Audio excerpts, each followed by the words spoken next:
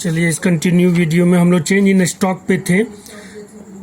एक बार फिर से सारे भैया बहन ध्यान देंगे। चेंज इन स्टॉक का मतलब होता है closing stock minus opening stock. इससे हमें ये पता चल जाता है कि पिछले वित्तीय वर्ष के लास्ट में हमने उत्पादन जहाँ पे रोका था और इस वित्तीय वर्ष के प्रारंभ में यानी अप्रैल से हम लोगों ने कहाँ से उत्पादन शुरू किया है।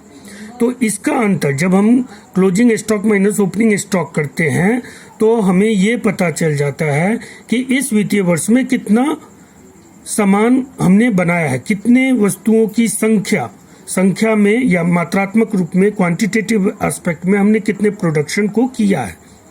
सपोज दैट, तो अब हमको टोटल वैल्यू ऑफ आउटपुट मिल जाएगा कैसे? सेल्स यानी इस वित्तीय वर्ष में इस साल बिक्री कितना हुआ और प्लस स्टॉक में कितना है। मान लीजिए कि 100 यूनिट का उत्पादन हुआ, 80 बिक गया और 20 स्टॉक में है और इसका जो मॉनेटरी वैल्यू होगा ये हमारा इस साल का वैल्यू प्रोडक्शन होगा। अब है कि हमको ये समझना है, तीसरा टॉपिक हमारा जो है वो है estimation of value added. Estimation of value added.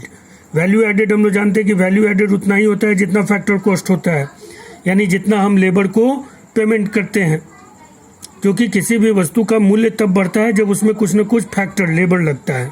Suppose कि हमने लकड़ी के एक पटरा को जिसका मूल्य 300 रुपया था उसको एक कुर्सी में तब्दील कराया और उसके लिए हमने 2 दिन बढ़ई मिस्त्री को रखा, 600 रुपया दिया। तो अब उस कुर्सी का वैल्यू एडिशन 600 से बढ़ गया, 300 रुपया उसका रॉ मटेरियल, 600 रुपया उसका वैल्यू एडिशन, और उतना के बराबर हमने फैक्टर पेमेंट किया तो इतना के बराबर वैल्यू ऐड हुआ। तो जितना वैल्यू ऐड होगा उतना ही इनकम जनरेट होगा। इसीलिए हमने कहा था कि इसका कॉन्सेप्ट क्या है? इसका कॉन्सेप्ट है O इक्वल टू Y, यानी जितना उत्पादन होगा उतना ही आय जनेगा, आय प्रोड्यूस होगा। अब जो है वैल्यू एडेड बराबर वैल्यू ऑफ आउटपुट कैसे निकालेंगे बता दिए, और माइनस इंटरमीडिएट कंजम्पशन। अब इसमें से वैल्यू ऑफ आउटपुट में से जब हमको वैल्यू ऑफ आउटपुट मिल जाएगा तो कितने मूल्य का उत्पादन हुआ उसमें से हम सभी मध्यवर्ती उपभोग यानी इंटरमीडिएट कंजम्पशन को घटा देंगे। क्यों घटा देंगे?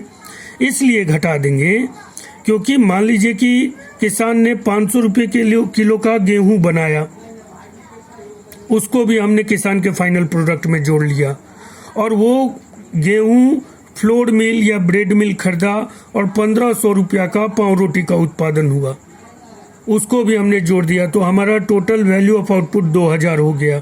जबकि ये गलत है, क्योंकि अगर ये 2000 हो गया वैल्यू ऑफ आउटपुट तो इसमें 500 रुपये का तो गेहूं है और 1500 का केवल ब्रेड है और 500 रुपये इसमें फिर ऐड हो रहा है। तो हमको क्या करना पड़ेगा? इसी को कहते हैं प्रॉब्लम ऑफ डबल काउंटिंग, दोहरे गणना की समस्या। और दोहरे गणना की समस्या, प्रॉब्लम ऑफ डबल काउंटिंग से हमको वास्तविक राष्ट्रीय आय की जानकारी नहीं हो पाएगी। इसलिए हमें क्या करना पड़ता है? तो हमें करना पड़ता है कि देश के विभिन्न फर्मों के द्वारा, विभिन्न क्षेत्रों के द्वारा उत्पादित समस्त वस्तुओं के मूल्य को लेना पड़ता है और उसमें से सभी इंटरमीडिएट कंजम्पशन को घटा दे जब देंगे हम, तो हमको मिल जाएगा gross value added at market price, जो किसके बराबर है? जीडीपी एट मार्केट प्राइस के बराबर। और जैसा कि अब हम लोग जानते ही हैं कि और जीवीए क्या है? Gross value eight market price. ये कैसे निकालेंगे? तो ये है समेशन यानी योग है gross value added by primary sector firms plus gross value added at secondary sector firm plus gross value summation योग gross value added of tertiary sector firms. तो ये जीवीए एट एमपी जो है वो जीडीपी एट एमपी ही है। अब इसमें से डेप्रिसिएशन घटा के एनडीपी एट एमपी होगा, उसमें से एनएफआईए का काम करके एनएनपी एट एमपी हो जाएगा, और उसमें से एनआईटी घटाएंगे तो एनएनपी एट एफसी हो जाएगा, जो कि हमारा राष्ट्रीय आय है।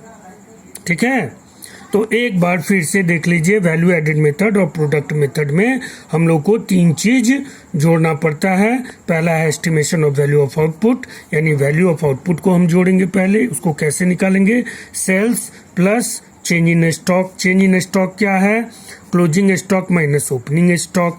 और तीसरा हम लोग क्या करते हैं? Estimation of value added. Value added का एस्टिमेशन अब कैसे करेंगे? तो वैल्यू एडेड बराबर value of output minus intermediate consumption, और ये जो आएगा वो हमारा आएगा जीडीपी एट एमपी। इसको जीडीपी एट एमपी भी कह सकते हैं, और वैल्यू एडेड मेथड में हम इसको जीवीए एट एमपी भी कह सकते हैं, यानी gross value added at market price. और यहाँ से हम राष्ट्रीय आय 3 कार्यों को करने के बाद, डेप्रिसिएशन घटाने के बाद, एनएफआईए का काम करने के बाद और एनआईटी का काम करने के बाद हम आराम से राष्ट्रीय आय को प्राप्त कर जाएंगे। ठीक है, उम्मीद है कि समझ में आया होगा। फिर भी अगर कोई समस्या हो तो बोलिएगा।